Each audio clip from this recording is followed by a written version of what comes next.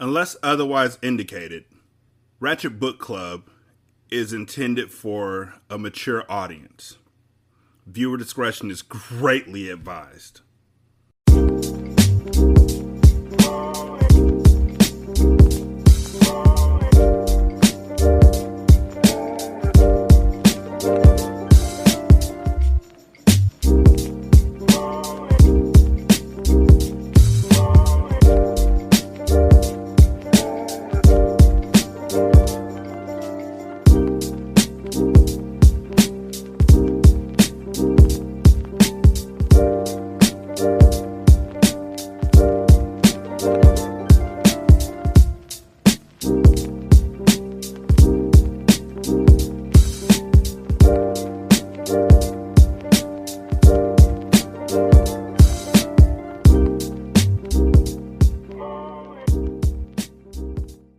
Welcome to Ratchet Book Club, where we read hood classics and good classics. I'm Derek. 916-633-1537, Ratchet and Ratchet at gmail.com, Ratchet Book Club on Twitter, Ratchet Book Club on Facebook. Chapter 18. Mrs. Raynard, there's a Quentin Matthews here to see you. My secretary's voice screeched out over the speaker on the desk. I was in the middle of drinking a cup of hot tea and almost spilled it on a pile of prints, new additions to the collection. I had decided not to use Quentin's work because I knew the affair would eventually have to end. And I didn't want anything tying us together when it did. Plus, you know, your side dude has a side chick that lives right on the side of him. And so, I wanted the break to be clean. And as far as I was concerned, the affair ended the day I caught him with his dick all up in Diamond's pussy. Send him in, please. I released the speak button on the intercom and wondered why the hell he would risk coming to my office when he could have called. I wasn't about to confront him in the outer office. All I needed was some drama getting into the hands of gossip mongers. He stormed into my office like he owned the place and sat on the edge of my desk. Zoe, why haven't you called me or come by? His ass was really tripping, so I told him, yo ass is tripping. Really? That's like the third time it's happened. I didn't give a damn, so I told him, I don't give a damn. I was hungry, so I told him, I'm hungry. Like, I don't know. It's just I don't know. Maybe it's just me. His ass is really tripping, so I told him, yo ass is tripping. Why the hell do you think I haven't? You tell me. He started getting loud on the sister. Keep your voice down, I insisted. This is a business. Once he calmed down and started breathing through his mouth again, I added, you know why I haven't called your ass. Get real. The last time I saw you, you were fucking the hoochie down the hall. I told you that was an accident. He came closer to me, trying to give me a hug. It's all about you and me, boo. You're my girl. Get your fucking hands off me. I started getting loud my damn self. See? Now you're the one overreacting. Nah, hell no, I'm not. I really didn't want to rehash the dirt, and definitely not in my office. Could you do us both a favor and just leave? I have a lot of work to do. I've fallen way behind fooling around with you. We were both on our feet by that time, having a good old-fashioned Mexican standoff. I didn't have a damn thing to say, and neither did he. We just stared at each other until finally he broke the silence. I'm not giving up on this relationship, Zoe. That's the bottom line.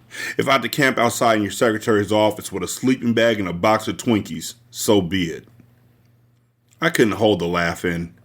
Oh, so now I'm a joke, Zoe? I laughed harder until the tears started rolling down my cheeks and I was holding my stomach.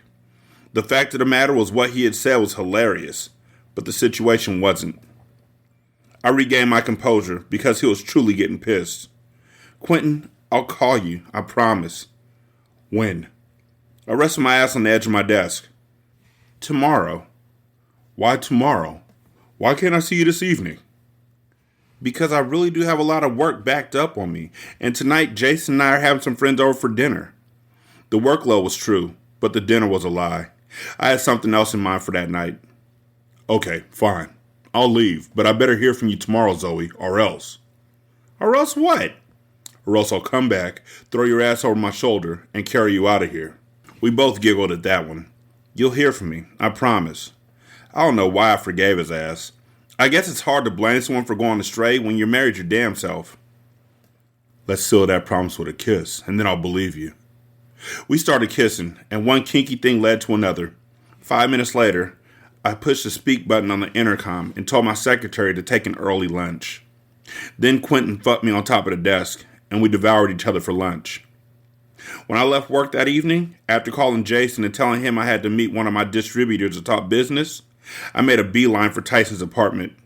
I was fiending for his ass big time. I simply loved the way he was rough with me that first time. He had just gotten home from the auto garage where he worked as a mechanic when I got there. He was covered with motor oil and grease and looked sexy as all hell to me. I was taking things to the extreme, having fucked Quentin on my desk earlier that day, and now getting ready to fuck someone else before driving home to my husband. Tyson was happy to see me and told me to hop in the shower with him. I stripped down to nothing and did just that. He made me prop my leg up on the edge of the tub so he could eat my pussy. And then I sucked his dick before he held me up against the wall with my legs straddled around his waist and fucked me rough like I wanted.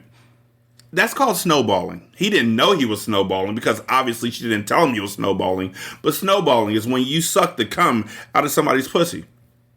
Usually you're sucking your own cum out of their pussy. No, this is not my fetish. I just had a friend when I was like 25 named, like I'm going to say his real name, right? I almost slipped up. Named Ryan. And we called him Snowball because that's what he liked to do. His girlfriend actually told us because his girlfriend was just like Zoe. She was having an affair on her husband. So she would tell us at work about what Snowball liked to do. And it was like, oh, okay. All right. But he's doing it like Tyson doesn't know he's doing it. And that's just fucked up. We got out of the shower, and I told him what had been on my mind that whole day and the reason I was really there. Tyson, yes? I want to try something real freaky. His eyes widened. He gawked at me and said, word? Like what? I don't know. I replied because I really didn't have a well-thought-out answer. I was just going to leave it up to you. You seem like a man who knows how to turn his sister out the right way. Oh, you want it in the ass. I mean, that's... What else can you do that's freaky and rough that she ain't done? I don't know. I'm curious. I'm really curious. It better not involve nacho cheese sauce. Just stick a finger in her ass. But I know that she already did 72 because she was talking about it. So, I don't know. We gonna see. Hell yeah, if that's what you want. He paced around the bed naked while I propped myself up on a pillow so I could admire the view. Finally, he said, look, if you're really down for this, I have an idea. I decided to let all my inhibitions go and threw caution to the wind. Aren't those the same thing? Cool. I'm down for whatever. Boy, why the hell did I say that? Less than 5 minutes later. Actually, my bad. It doesn't say later. I just assumed. Less than 5 minutes, Tyson had me tied to his bed, butt naked on my stomach with a blindfold on. I was just ass out and had no choice but to be down for whatever. He lubricated my rear like a Corvette and then took it literally. Much to my surprise, the way he did it was painless. I realized now it was all in my head, and because I didn't have time to let fear build up, I took it in the ass without all the psychotic fears going on. He took his time with me, and when it was all in, he worked me just like he did with vaginal sex. Tyson came, and we were lying there with his soft dick still inside me when there was a loud knocking at the door. Tyson, open this damn door, you fucking bastard! What the hell? I turned my head towards the door but couldn't see for jack because of the blindfold. Who was that woman banging on your door? All he whispered was, shh, she'll go away. Untie me right now. He covered up my mouth with my hand. With my hand or with his hand? Am I covering up your mouth with your hand? That's weird. That's a weird thing to do. Like, I'll cover up my mouth with my hand, but I'm not going to cover your mouth with your hand. Like, that's a weird way to go about it. I'm going to take your hand and place it over your mouth with my hand. I don't know. I don't know. He covered up my mouth with my hand, and I was pissed. Just be quiet, Zoe. I'm not answering the door. That hoe's crazy. Tyson, I know your ass in there with some bitch. Open the damn door now. He sat on top of me, his dick in my ass, trying to prevent me from squirming. You ain't nothing but a lying, cheating, male tramp. Just wait till your ass come out that bitch. I got something for that ass. Then she left. At least, we thought she did. He got off me, removed the blindfold, and untied me. I hurriedly got dressed. I didn't need yet another lover that was fucking someone else. Zoe, she's my ex. I've been finished with her skank ass. I didn't need another lame explanation either. Whatever. I got fully dressed and started looking for my keys. She's not my problem, Tyson. She's yours. Wrong again. She was my problem. He walked me outside and came to find out the heifer had cut all my tires and scratched the word bitch on the side panel of my car with her keys. That's what you get. How you gonna take this home and explain it to Jason? I love it.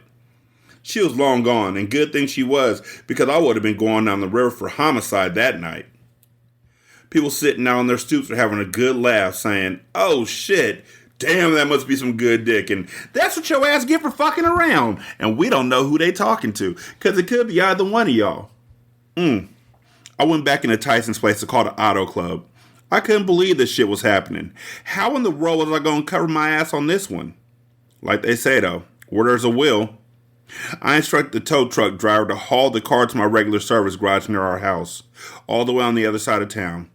He was pissed but had no choice, since that was one of the benefits of having the Gold Plus plan. After telling Tyson to kiss my black ass, I hopped into the cab of the truck with the driver, cursing under my breath the whole way to the garage. I had to make it look good, so I called Jason from my cell phone when we were almost there and told him the car had been vandalized outside the restaurant downtown where I had met a distributor to discuss business. I told him to pick me up at the garage in 10 minutes. The tow truck driver, an old countrified hick, was staring at me when I closed out the call. I gave him a glare and told him, "Mind your own fucking business." Jason was already there when we pulled up at the garage, talking to our mechanic. The expression on his face when he saw the car, which had to be towed on a flatbed since all 4 tires were flat, was definitely one for the books. After asking me 50 questions, all to which I answered, "I have no idea. It just happened," he decided he was just elated I wasn't harmed in any way. That night, we made love more intensely than we ever had.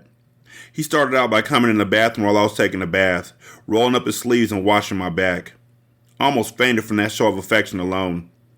Then he dried me off, carried me to the bed, and gave me more time and attention than he ever had before. It still wasn't great sex, but it was a sign that maybe there was hope for us yet. I didn't ask him for oral sex, and heaven knows anal sex is out of the freaking question. I was just glad that, for once, he made me feel like he desired me as much as I did him. Chapter 19. In light of the way Jason made love to me the night of my brush with death experience, according to him, I decided to throw myself headfirst into my marriage. I had messed up big time, but the bottom line was I still loved my husband more than life itself. And he was the only man I ever truly wanted. You're the one I really want. Ooh, ooh, ooh. I planned the ultimate romantic evening for that Friday. I asked my mother, who had already gone far and beyond her duties as a grandmother, to stay with the kids overnight so I could kidnap Jason and attempt to turn his ass out. She agreed to stay over, and I picked up Jason at his office. We were sharing the Land Rover, since the Mercedes was still in the shop. He thought I was picking him up just to go home and do the regular dinner with the kids, followed by watching a couple of sitcoms and the news before bed routine. When he saw I was headed in the opposite direction from our house, he demanded to know, "Where are we going?" "I have a surprise for you, boo." "Zoe, I'm kind of tired. I was looking forward to just chilling out tonight." He started rubbing his temple like he had a headache. "Jason, I spent all day planning out tonight and asked Mom to stay overnight with the kids. Please don't ruin this for me. If nothing else, do it to make me happy." He glanced at the back seat, noticed I had a small suitcase. "Overnight, huh?" I smiled at him, reached over and rubbed his thigh. "Yes, boo. Overnight." He gave me a devilish grin. "Okay, I'll go along with this. Sounds promising." "Oh, it is. Believe me, it is." I moved my hand farther up his thigh and started caressing his dick through his trousers. He didn't stop me, and I was in shock. Not shocked enough to stop, though. I held fast to that bad boy, which grew rock hard until we got to where we were going. We pulled up at a little Greek restaurant at the end of town about 6. What? I don't know who to blame for these things. We pulled up at a little Greek restaurant at the end of town about 6. And Jason was thrown for a loop when I led him by the hand straight through the entry-level dining area and up the back stairs. When we got upstairs, all the patrons were seated on fancy floor cushions, drinking cocktails and socializing in the dim, smoke-filled room. Zoe, what the hell is this place? It's a restaurant. You'll see, I giggled, leaning over and giving him a kiss. He didn't just peck me back for a change. He tongued my ass down just like in high school, and I savored it for as long as I could. The music started, and the first belly dancer made her way to the center of the room and began her dance. Jason started laughing like I knew he would. It was the old Jason I was trying to resurrect. The one who used to talk mad shit all the time. The one who was a romantic target of every girl at school even though he was unavailable. The one who stole my heart somewhere between giving me the finger and a game of Twister. The dance was buck wild, and all the old beer belly men were clapping and sticking money in the waistline of her sheer leg pants. Jason and I both enjoyed the show and ordered some drinks. After the third dancer came out, I excused myself, telling him I was going to the ladies' room. I was lying, but it was a good lie this time. When the announcer called out the name of the next act, Jason almost hurled his drink when the man said, "Zoe." This isn't going to be good. This isn't going to be good. Like, you're springing that on him with no warning. Like, I don't know. Maybe because it's not sex, he'll be okay with it. But the way that y'all are drawing him up to be such a staid person, I don't think he's going to like this at all.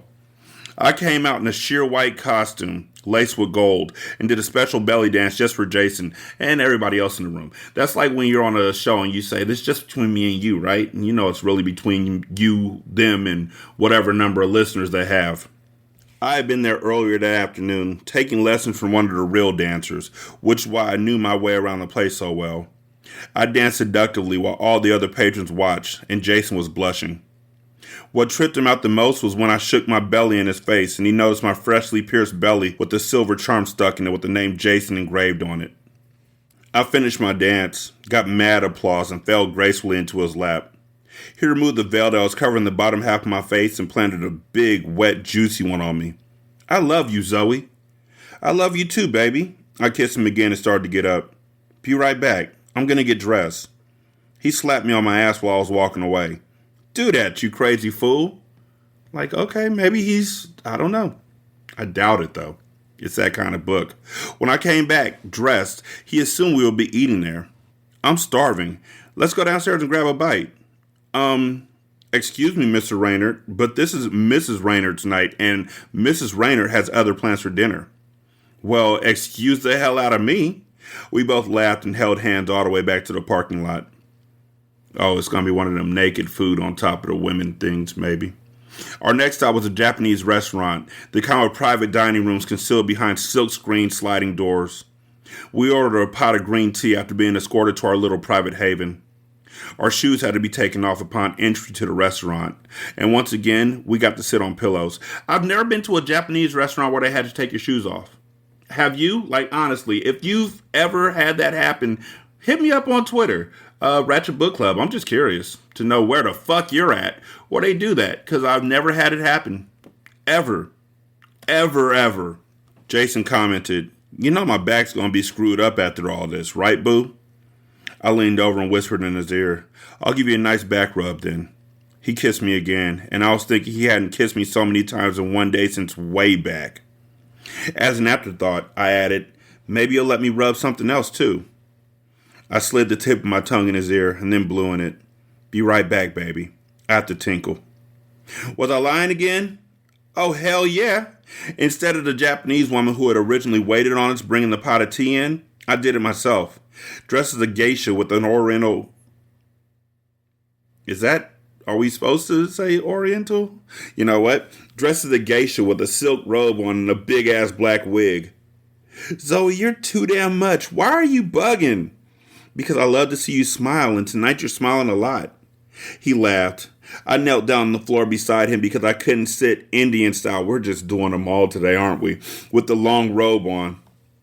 I looked him in his eyes and meant every word as I spoke them.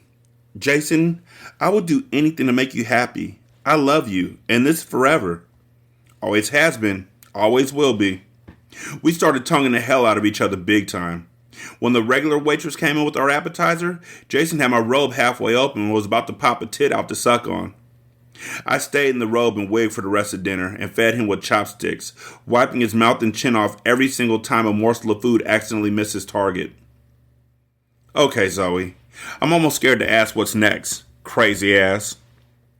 We were standing outside the restaurant, waiting on the valet to retrieve the rover. I walked up close to him, stood on my tippy toes, and kissed him briefly. What do you want to be next? Well, if I recall right, I tried to take the lead earlier this evening and was informed that this is Mrs. Rayner's evening, and Mrs. Rayner makes all the decisions. I pinched him gently on his arm. Damn right Mrs. Rayner makes all the decisions. He grabbed me and started tickling me. The other people waiting on their vehicles were looking at us and laughing. As we drove off to our next destination, I was so happy. For the first time in ages, Jason and I were having a genuinely romantic time together, just like when we were younger. It was a warm, clear night, and I was glad because the next stop on my agenda couldn't have worked out right if it hadn't been. We took a long drive out to an observatory about an hour away from Atlanta. We had never been there, but it was one place I always wanted to go. We got there just in time to catch a slideshow on the planetarium. And then we went to the observation deck to look through the gigantic telescopes at the stars. I think I loved that part of the evening more than Jason did. Even though he listened to me rant and rave about the heavens all the time, and had kept his promise by building me a home full of skylights so I could see the stars whenever I wanted, his appreciation of them wasn't nearly as profound as mine. Before we left, I did what I really came there to do and adopted a star. I adopted our star, the star Jason and I selected the first night we kissed on my front stoop. How the fuck can you tell? You don't know that. You're just guessing. I'm not hating. I'm just saying. You're guessing. Unless you look at that star every single night and sing the song from An American Tale, you don't know which star is yours. It's cool though. The donated money went to help with the upkeep of the observatory. They gave us a framed certificate with the name of our star, Ambrose, which is Greek for immortal and undying, just like our love, imprinted on it. Our names were also put on the certificate, along with the words, always has been, always will be. It was time to head to our final destination, which was a cozy bed and breakfast inn in the countryside. When we got to the waterside inn, we were shown to our room, which had a balcony overlooking the small lake on the property. I had some chilled champagne delivered to our room, and then asked Jason to take a hot bubble bath with me. I practically had a heart attack when he agreed. We took a long bath together in the old-fashioned bathtub. I sat behind him with my legs shrouded around his waist. We had one of the most intimate, provocative talks of our marriage, and I was overwhelmed at how open he was being. We made love on crisp, white sheets underneath a handmade quilt, and it was beautiful. We engaged in much more foreplay than we had in a long time. Back when we were still virgins, we would make out for hours, but when the sex between us started, it seemed like the intimacy went away. And one night, I was getting both the intimacy and the sex, and I was loving every minute of it. Everything was great until I tried to perform oral sex on him. He went ballistic. Zoe, stop that shit. Damn. Jason, what the hell's wrong with you? You know I'm not into that. He jumped up from the bed and put on one of the heavy terry cloth robes provided by the hotel. How can you not be into something you'd never tried? I don't get it. I wanted to tell him how good the shit really was and how I was a pro at deep throating a dick. But having him file for divorce wasn't part of my seduction plans, so I left that one alone. Jason, come back to bed. We don't have to do that if you don't want to, baby. He came back to bed, and we fell asleep in each other's arms. I just didn't want the whole night to be ruined. I had put too much heart into it for it to end with an argument. I was just happy we were making some sort of improvement in our sex life, even if it was a far cry from what I really needed. Way over in the morning, something happened to me. She's pregnant. It was as if something snapped. I woke up, started crying, and ended up in the bathroom with the door shut, crouched down on the floor between the toilet and the bathtub. I didn't want Jason to hear me wailing like a 3-year-old, but I couldn't hold it in. All I ever wanted was for one man to love me, and he does love me. He's loved me all my life. Whenever Jason and I make love, it's like winning the lottery to me. But at the same time, it almost feels like he's just doing me a fucking favor. So maybe she's not pregnant. Maybe she's just sad because still no good sex. I rolled my eyes after I said that, by the way. Chapter 20. Marcella, I'm totally exhausted. It wasn't so much exhaustion as it was stress. I had been discussing my sex life with her for hours and still hadn't gotten to the really deep part. Not that I was looking forward to revealing that situation at all. Zoe, that's fine. I understand. I glanced up from the chaise lounge at her. Lounge. Not Longue. I glanced up at the chaise longue at her. She was sitting in the leather wing chair beside it, scribbling away on her notepad. We covered quite a bit of ground today. We made a lot of progress. Did we? I asked, perplexed. Did we what? Make a lot of progress. Of course. The mere fact that you're able to discuss your problems is a significant breakthrough. She smiled at me timidly, probably wondering if I was buying into her bullshit. Like I said, we covered a lot of ground. I sat up and rubbed my eyes. They were sore from shedding so many tears. Half the time I was talking, I kept my eyes shut so I wouldn't even have to look at her. I didn't want to see the disgust on her face. As I readjusted my eyes to the dim lighting in her office, Dr. Marcella Spencer didn't appear disgusted at all. I knew she had to be hiding it below the surface. She didn't want me to pick up on her loathing. How could anyone not hate a despicable, cheating, lying, manipulative tramp like me, even those getting paid to pretend otherwise? Yes, we've covered a lot of ground, but what, Zoe? Do you think you can help me? Honestly, how do I stop this madness when it's taking total control of me? Well, the first thing I should ask is, how do you feel about Quentin and Tyson? Are you in love with either one of them? I pondered her question. I can't be in love with Quentin or Tyson because I'm in love with Jason. So you don't feel it's possible to love more than one man at a time? I care about them both. Quentin more so than Tyson, but it's not love. They give me things I need. I'll admit that I become accustomed to being with both of them. I never intended to be with Tyson more than a couple times, but at this point, I'm with all of them every week. This shit has got to stop. That's the bottom line. I see. Damn, not that I see again. Marcella, can you just answer my previous question? Do you feel as though you can help me get out of this mess? She sat up on the edge of her chair, moving in closer to me. I'm going to be perfectly honest with you. Sexual addiction isn't exactly my area of expertise. I wonder how far, not exactly. However, there are certain things that will apply to all types of addictions. She hesitated. The last thing I needed was to be held in suspense. Such as? Well, are you aware that both alcohol and drug abuse rehabilitation programs work on a multi-step matrix? Excuse me? I inquired, realizing all hope for a speedy recovery was fading fast. Are you telling me I need to stop on a gradual basis? Something of that nature, but listen. She raised her voice an octave, sensing my irritation. She was damn right, too. I was mad irritated. Just like any addiction, it's extremely hard to go cold turkey on. Hold up a second.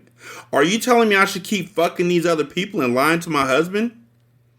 Zoe, calm down. She headed to her desk to get a cigarette. You just have to relax and hear me out. Calm down my ass. I jumped up and started putting on my overcoat. I can't freaking believe this shit. I finally get the nerve to tell someone about all the fucked up, back-ass, conniving shit I've been doing. I finally spill my guts about everything, and not to mention pay your ass to let me do it, and this is what I get for my trouble? You telling me to keep doing it? What do you suggest? To maybe cut back to 2 sexual trysts a week instead of 4? Let Quentin hit it on Monday and Tyson on Wednesdays and everybody's happy? Her hand started trembling while she attempted to light the cigarette with her silver-plated lighter. Her ass was just as nervous as I was, and she was supposed to be the expert. No, not at all, Zoe. I am going to help you. Just hear me out. I calmed down a little, plopped back down the chaise, and stared at her. She retook her seat across from me, inhaling like a mofo. I have a friend who specializes in sexual addiction. He has a practice down in Florida, and I think he might be able to help you. He? Oh, hell no. This shit just gets thicker and thicker. I can't discuss this with a man. Men are the cause of all my fucking problems. Are they, though? I understand, but I cut her ass off. The main reason I came to you is because you're a female, and I thought, at the very least, you'll be able to relate to my situation a little better. But a man can't begin to relate to the confusion going on in my mind. I understand what you're saying, but besides, what am I supposed to do? Tell Jason I'm going down to Florida on a business trip while I go check into some clinic for nymphomaniacs? That shit is out of the damn question. Are you a nymphomaniac? She asked the question as if she didn't already know the answer. I got up and headed towards the door. What the hell do you think? I was halfway to the elevator when she started tugging gently on my coat sleeve. Zoe, come on back in the office so we could talk some more. Off the clock. We need to settle this. I don't want you leaving here so distraught. I really want to help you. Why can't you believe that? I tried to get my bearings and prevent my heart from pumping so fast. I sensed true sincerity in her voice as I pressed the call button for the elevator. The next words came out in a normal tone. Look, Dr. Spencer. Marcella, she corrected. Marcella, I really appreciate you listening to me and fit me into your busy schedule. I'm truly sorry for snapping at you just now, but all the pressure and stress I've been under lately is destroying me. Man, that's the same thing that nigga said when he was beating up on Brina.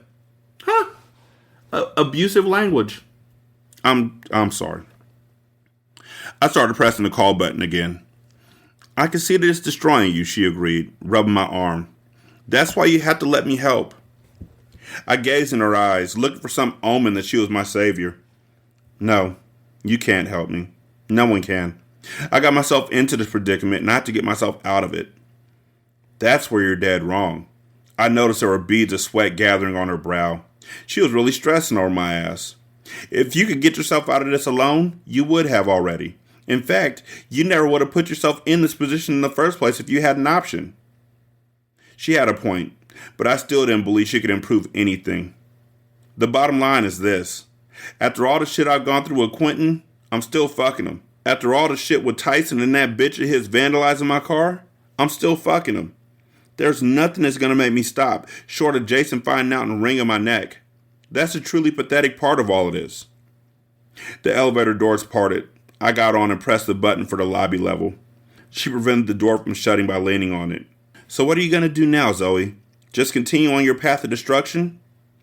I threw my hands up in the air and started grasping the chrome bars surrounding the inside of the elevator. Gee, I don't know what I'm going to do now. I fought back the tears, determined not to shed another tear in front of Marcella. I love my husband to death, but maybe, instead of heading home, I'll go let one of my lovers have their way with me. Who knows? She sensed my sarcasm. Actually, I do know what I'm going to do after I leave here. I continued. I'm going to visit my best friend to make sure her ass is all right. I haven't seen Brina since I insisted on taking her to the emergency room last Saturday. And maybe, just maybe, if she's not in the middle of another crisis of her own, I'll ask her to let me cry on her shoulder for a change. Marcella smiled at me. It was a weak, forced smile, but welcome just the same. She dropped her voice to almost a whisper. Sounds like a good plan to me, Zoe. But listen. She reached in the elevator and rubbed me on the shoulder.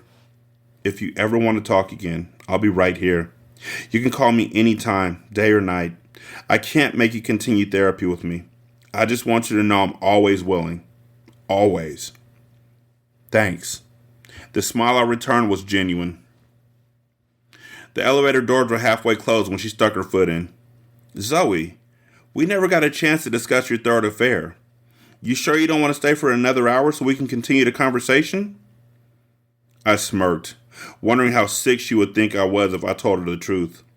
Just threw the entire load of shit on her like I was tossing a penny in a wishing well. Trust me, Doc. That's the last thing I need to talk about right now. In fact, that's probably something better off left alone, period. She removed her foot. The last thing I saw as the elevator door slammed was a perplexed expression on her face. Chapter 21. It was drizzling when I arrived at Brina's building. I didn't go in for a few minutes. I was still shook up over the unexpected altercation with Marcella. The last thing I was prepared for was her admitting she didn't have a clue what the fuck she was doing. She could have told me that from Jump Street. I should have told Brina all the drama from the get-go and saved all the dead presidents I was going to have to kick out on therapy. Not to mention all the aggravation and humiliation I endured by telling a complete stranger all of my business. Still, I liked Marcella. I sensed something real about her. I only wish she could have helped. I decided the heart-to-heart between Brina and I was long overdue. So what if she always viewed me as perfect? She understood the Zoe Jason soap opera better than anyone. After all, she had a front row seat to the whole thing. Girlfriend was just going to have to get over the fact that her idol wasn't a lady, but a tramp. She never said that you were her idol. That Saying that your relationship is perfect is probably hyperbole, and she knows it, and she's saying it like she knows it. Nobody's relationship is perfect. Everybody knows that. She's not putting you on a pedestal like that, I hope. There's no shrine for you in her room, I hope. Brenda and I went way back, and out of everyone, she wouldn't judge me. That much I knew for sure. After making a mad dash to get in the carpeted hallway of her building, I folded the newspaper I had over my head to protect my hairdo and jiggled the dampness off my coat. I knocked on her door and didn't get an answer. Her car was parked out front, so I was surprised when she didn't come to the door. After all, she was the one who went on and on about how she just went to work and came straight home every day. I couldn't imagine her hanging out, and since it was raining, I knew she wasn't out walking anywhere. I heard some music playing loudly and realized it was coming from her place. I figured she was probably in the shower or something and didn't hear the door. She dead. I contemplated waiting out in the hall for a few minutes and knocking again. I was used to just barging in with the hidden key, but for some strange reason, I felt it would be obtrusive that day. I decided to wait a few moments. I had no desire to go home and face Jason right then, and running to one of my other lovers was out of the damn question. Besides, I wanted to check on Brenda's bruises and see if she planned to take me up on my job offer. Most of all, I would need to confide in her in the worst way. Enough of the lies.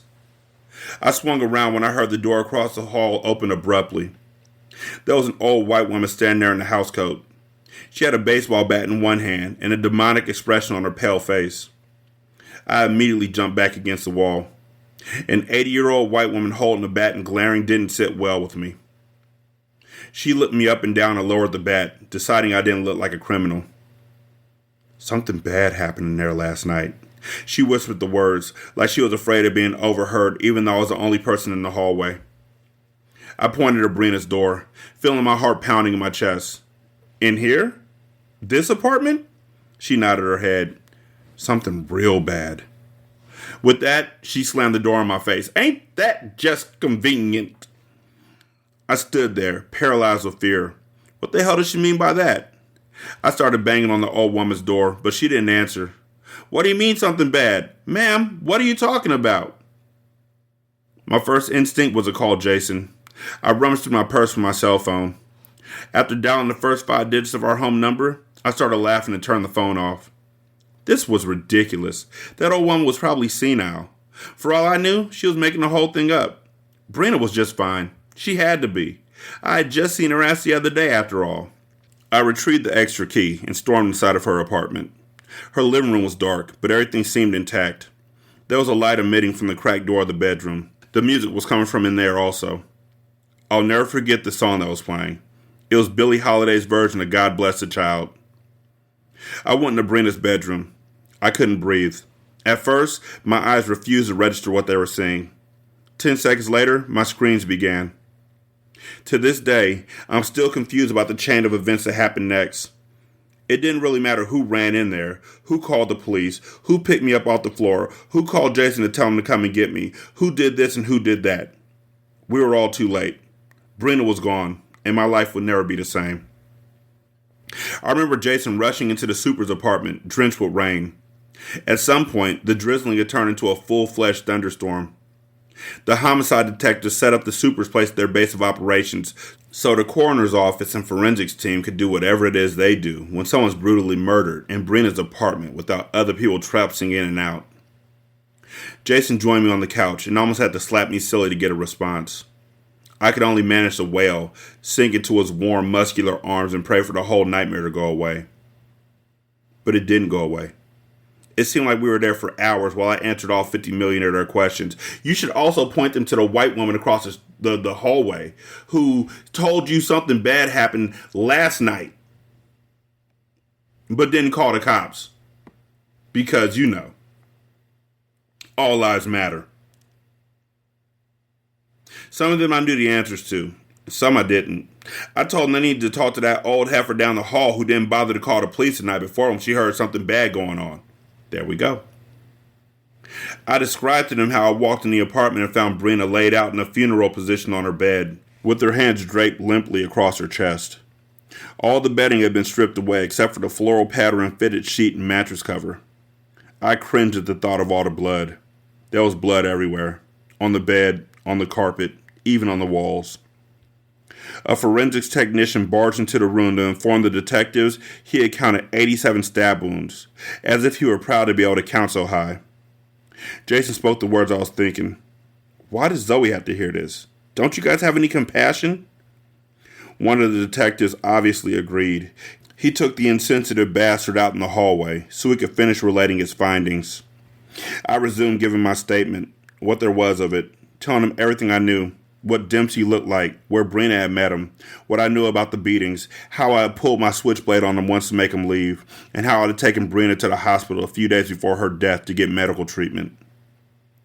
After they were reasonably sure they had gotten everything useful out of me, they told Jason he could take me home and assured me they would track that rabid dog down at all costs.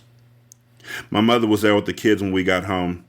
They were already snug in their beds.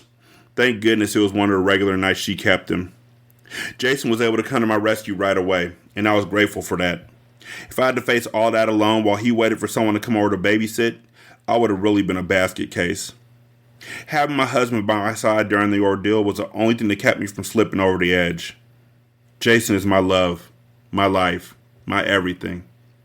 So you just fridged a woman. So then you can reinforce her love for Jason?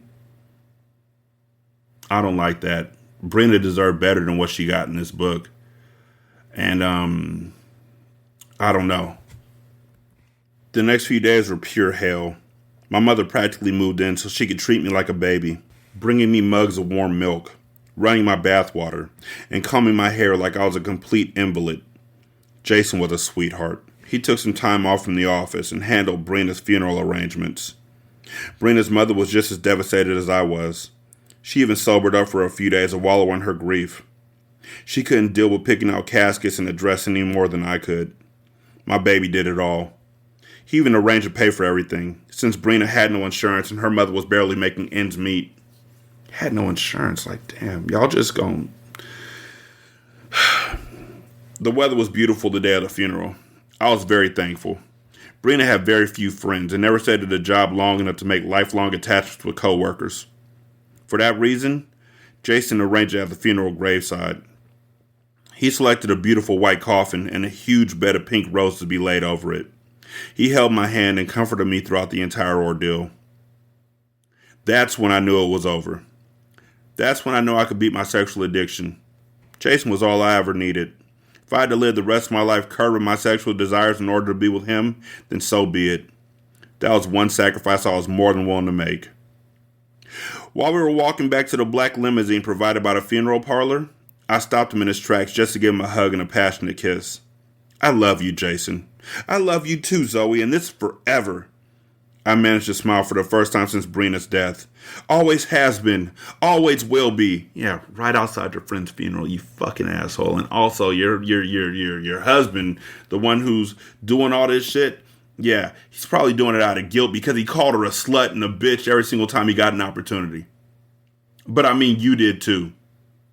You literally lorded yourself over her. Said that she was wearing hoochie-fied stuff and all that kind of stuff. Chapter 22. I didn't go back to work for another week after Brina's funeral. I just couldn't deal with making decisions. I delegated different tasks. Is her name Sabrina or Brina? We never got that figured out. Like, I know her name is Brina, but does she have a full name? Like, does she have a last name? Like, does she?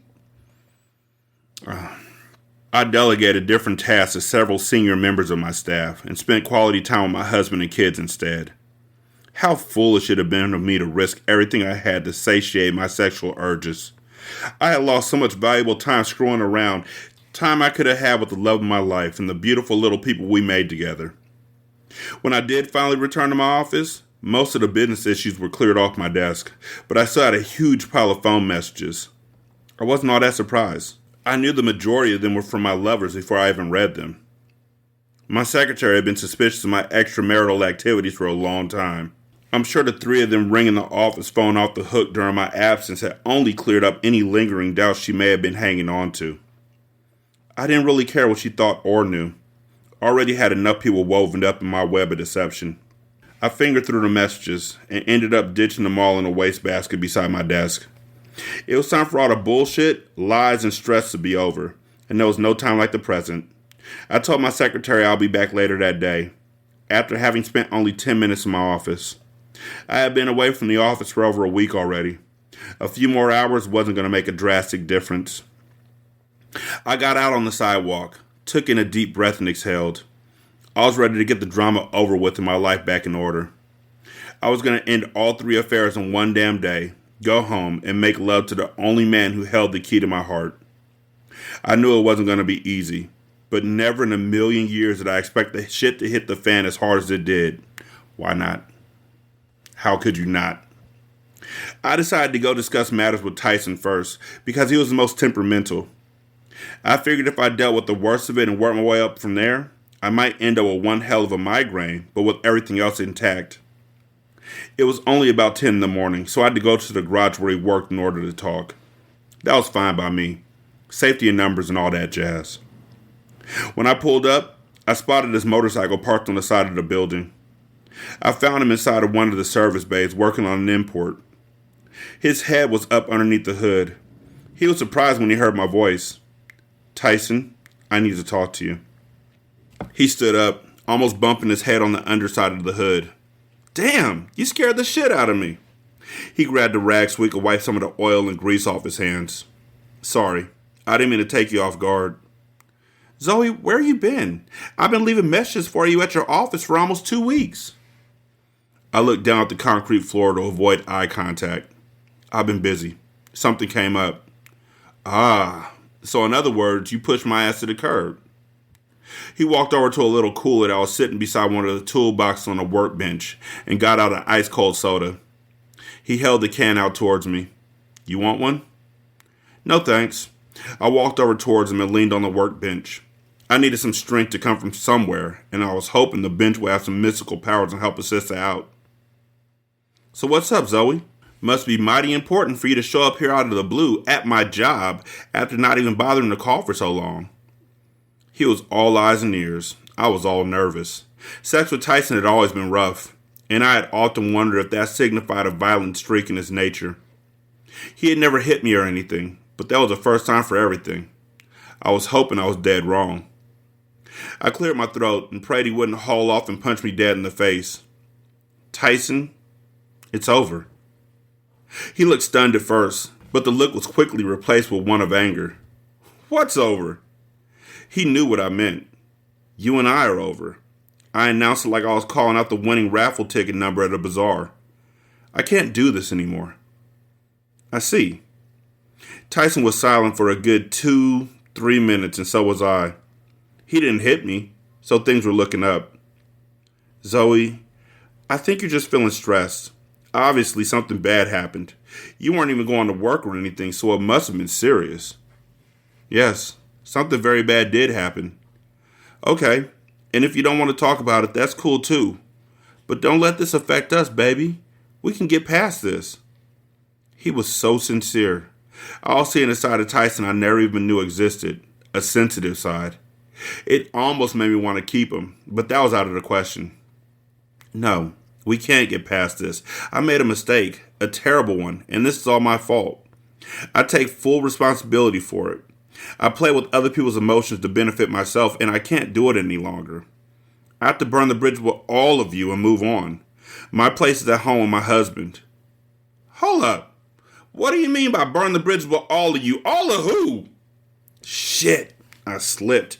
It was just a figure of speech," I mumbled, trying to play it off. "I meant burn the bridge with you." He looked puzzled. "Oh, I thought you meant something else." I opted to play dumb. "Something like what?" Never mind. Let's get back to the matter at hand." He took me by the hand and started playing with my fingers, one by one. "I can understand if you need some time to yourself, but I don't want to lose you." "Tyson, just hear me out, please." "Okay," I agreed, even though I knew nothing he could possibly say would make a difference. If it's because I've been putting too much pressure on you, I'll back off. We can do this on your terms, I promise.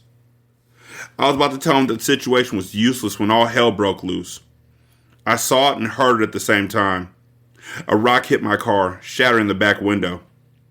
Zoe tried to prevent me from leaving the service bay. Let me handle this, Zoe. Handle it? Fuck that! I pulled loose from him and went out into the sunlight to confront the bitch. She was leaning on my car, smiling like she had just been crowned Miss America. So, you're the tramp that's been fucking my man. Keep coming around him, Trick. I just love fucking up your car. She was a big hoochie mama. Much bigger than me. She had to be at least 5'9" and 185 pounds, but I didn't give a shit. I caught her with a right hook as soon as I covered the ground between us. After that, she and I started scrapping. She pulled a small clump of my hair out and I scratched her jaw with my wedding ring. It went on from there. She ripped one of the buttons off my shirt. I retaliated and kicked her in the pussy. About that time was when Tyson pulled her off me. Dusty, get the fuck off her. He grabbed her from behind and pulled her hands behind her back, holding them there. I wasn't through with the Amazon bitch though and kicked her again in the stomach. Dusty? You look like a dusty-ass bitch. Ha, you talking shit now that he's holding her back. But he pulled her off you, if I recall correctly. Fuck you, you trick. By this time, Tyson was becoming unglued. Zoe, get in the car and leave. We'll talk later. I'll come by your office. Tyson, my damn window is broke. This is the second time this bitch has fucked with my car. Damn right, Trick, and I will fuck with your car again if you ever come sniffing around my man again. I couldn't believe she was still talking trash. Obviously, Tyson had heard enough of her ass too, because he pushed her down the ground and kicked her.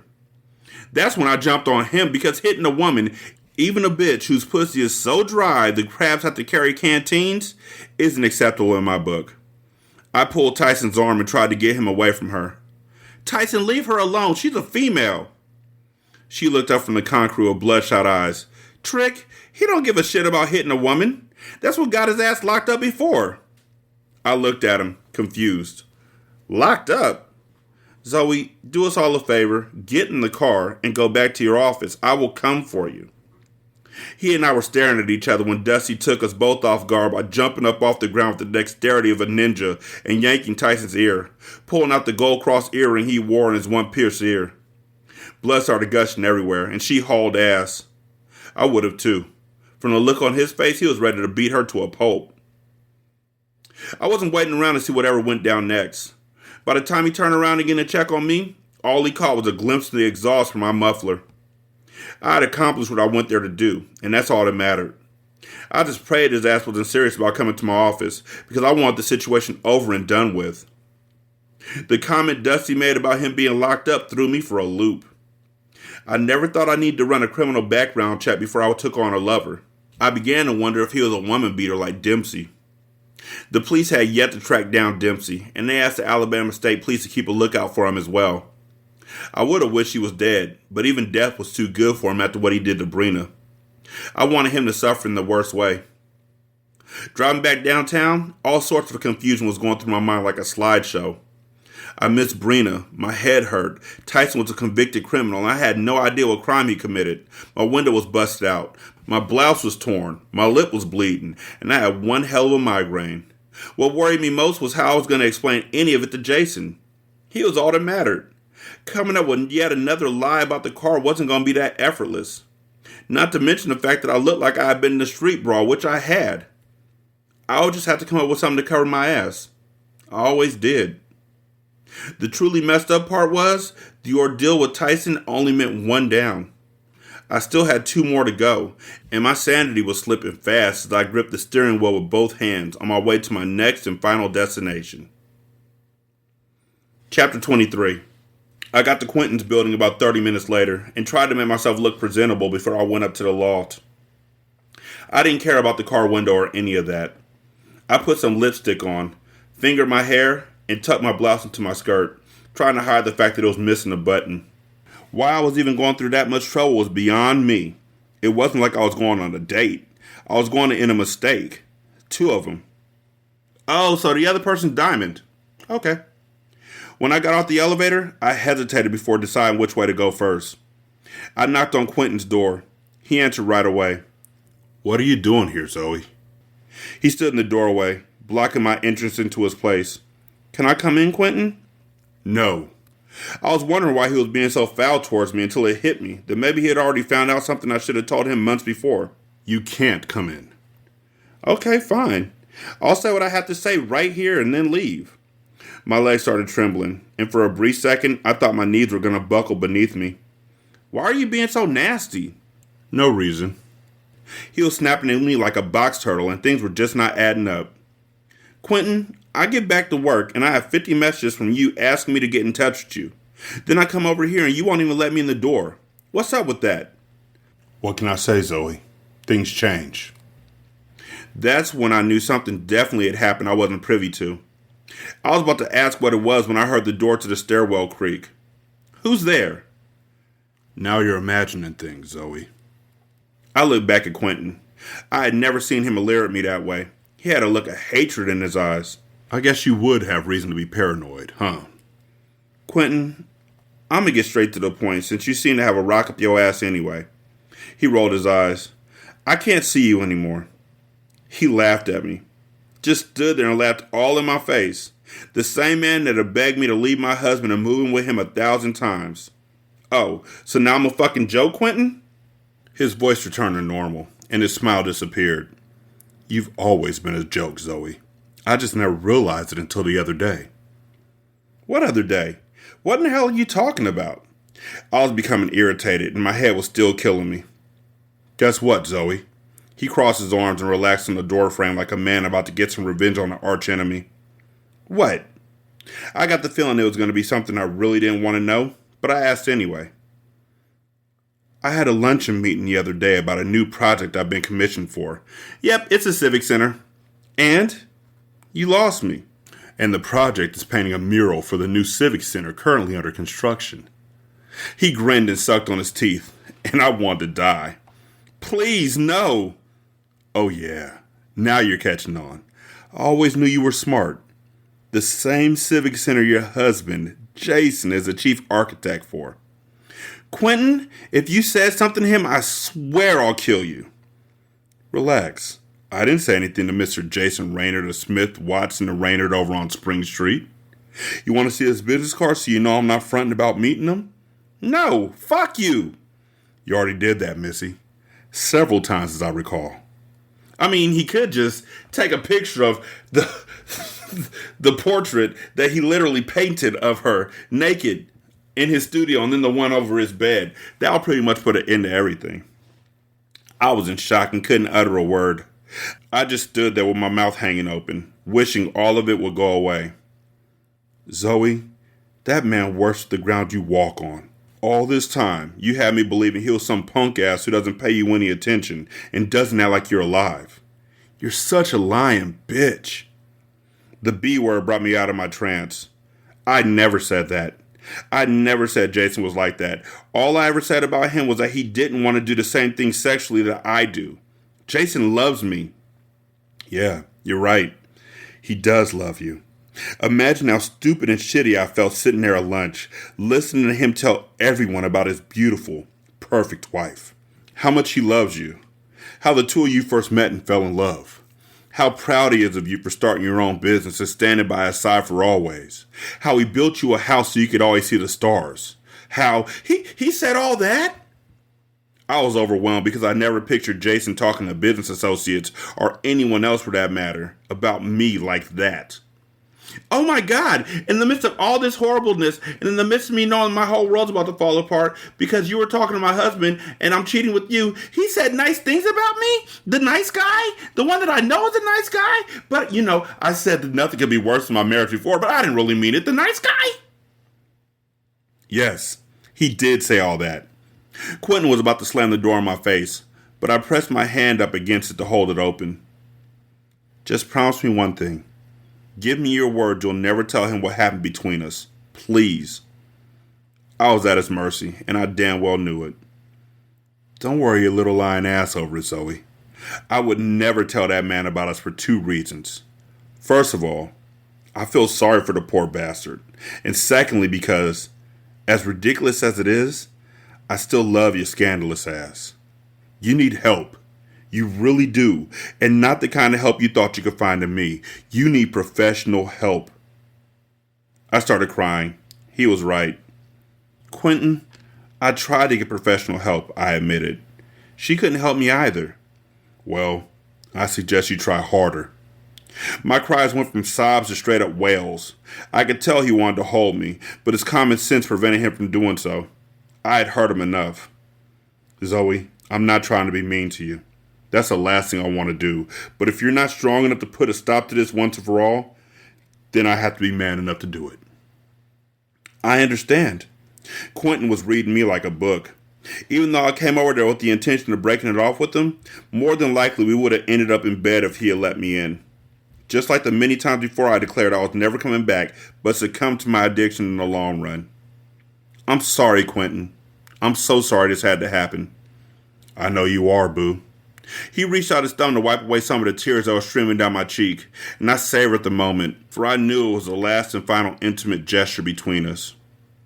It was then I heard another noise coming from the stairwell, but this time, I wasn't alone. Quentin yelled out, "Who's there?" Tyson came barreling through the exit door with fire in his eyes. "You're fucking someone else too, you cheap tramp!" "Zoe, who in the hell is this idiot?" Quentin demanded to know. "Tyson, how'd you find me?" I was freaking the hell out. Being confronted by both of them at the same time was the last thing on my agenda. "You want to know how I found you?" It really didn't matter to me. Asking the question was a reflex. He was there and I was in a shitload of trouble, bottom line. I was on my way to your office when I spotted your car and followed you here. My dumbass was tracking you down to beg you to take me back. Hold the damn phone.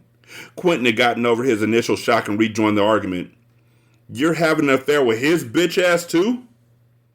I screamed at the top of my lungs. It's over. Just then, Diamond, who would have had to have been plumb deaf not to hear all the shouting, opened her door and came out in the hall. What the hell's going on here? Quentin was the first to respond. Zoe's just out here trying to clear up all her loose ends with her lovers. Lovers? Yes, Diamond, lovers with an S. It seems Miss Zoe's been cheating on me while cheating on her husband, and Lord knows how many other poor bastards were caught up in this game. You know what? I was too through then and just wanted to leave. I'm sick of this shit, and all I want is for everyone to leave me the fuck alone. I looked at each one of them individually and then repeated the request. All of you, leave me the fuck alone. That's when Tyson called me a bitch and started strangling me. He was on top of me, his hands clasped around my neck like a vice. His anger was making his lips and cheeks shake. My airway was cut off, I was fading fast, and he would have killed me if Quentin hadn't pried his hands off my neck. Man, you can't hit a woman. They struggled for a few moments while Diamond helped me get off the floor. Quentin got a hold of Tyson long enough for him to calm down and realized he had almost committed homicide. Tyson stormed out towards the exit door and paused long enough to stare at me. You're not fucking worth it. Not even a bitch like you is worth going back to jail for. He kicked the exit door open and disappeared. Diamond asked me, do you want to go in my apartment so we can talk? I broke away from her hold and screamed, hell no! She backed off, went back in her place and shut the door while I pressed the call button for the elevator. When it arrived, I was still struggling to regain complete control over my breathing and didn't notice Quentin was still standing behind me until I got on and pulled the gate down. As I pressed the button for the garage, Quentin spoke his final words to me. Zoe, get some help. If not for you or your husband, do it for your kids. He went back into his loft and slammed the door. I went back to my office sick, hurt, and disgusted. At the same time, I was relieved it was all over.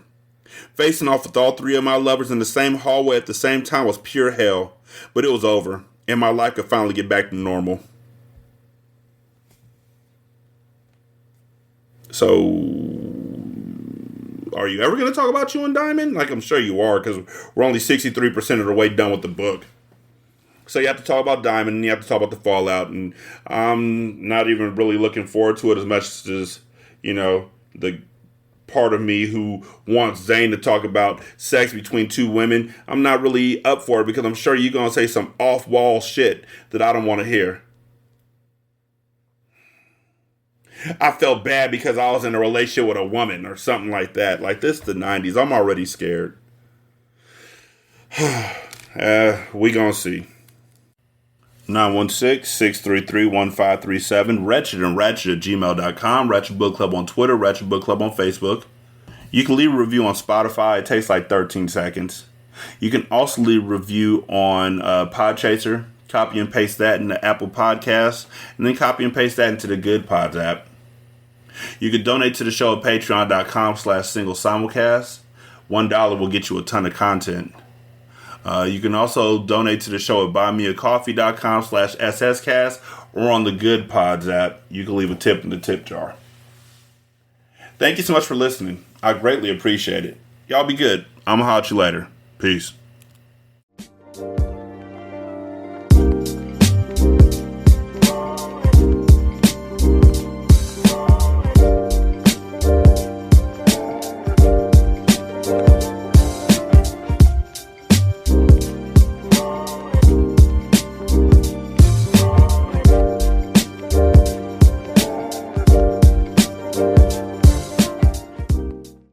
The intro and outro to Ratchet Book Club is by That Kid Garan, and it's called Goodbyes. You can email him at tkgbeats94@gmail.com for more information on how to lease this beat. This is Single Simulcast. Don't know by now that you slip.